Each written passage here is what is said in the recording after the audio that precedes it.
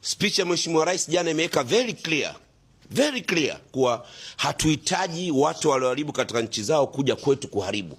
Sasa this is good news kwa Wakenya wote. Don't test us, please. You Kenyans, we respect you, we love you, but when you test us, when you open your mouth, it's hard for us to handle it. It's hard for us to handle it. If you think Tanzania ni jalala, unaweza ukaongea chochote, you are wrong. If you think you are clever, you can solve your own problem. Madam Martha Karua, you guys, you have your problems with Gen Z. Why don't you sit down and solve your own problem if you are clever? Why? Everyone, oh, I'm coming to Tanzania to watch what? Oh, no.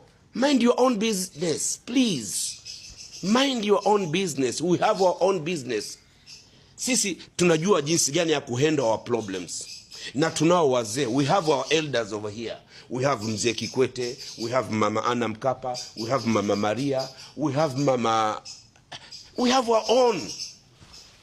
Tunaweza tukasolve problems zetu sisi wenyewe. Don't open your mouth at giving us advice. Who are you? Do you think you are clever?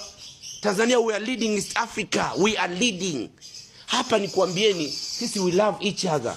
Mtu wa Chadema anampenda mtu wa CCM, mtu wa CCM anampenda mtu wa Chauma, mtu wa Chauma anampenda mtu wa ICT. Usifikirie tukisimama kwenye majukwaa tunavyopeana vijembe ukafikiri sisi tuna chuki. Hatuna chuki. Tayari rais wetu ametuunganisha pamoja. Serikali ya umeasia imetufanya marafiki, lakini tukaa kwenye majukwaa tunapeana vijembe. That's our culture. Ni tamaduni zetu hizo kupeana vijembe. So don't give us advice. Naona you open your mouth blah blah blah. This last warning. Don't ever mention our president there. Don't ever,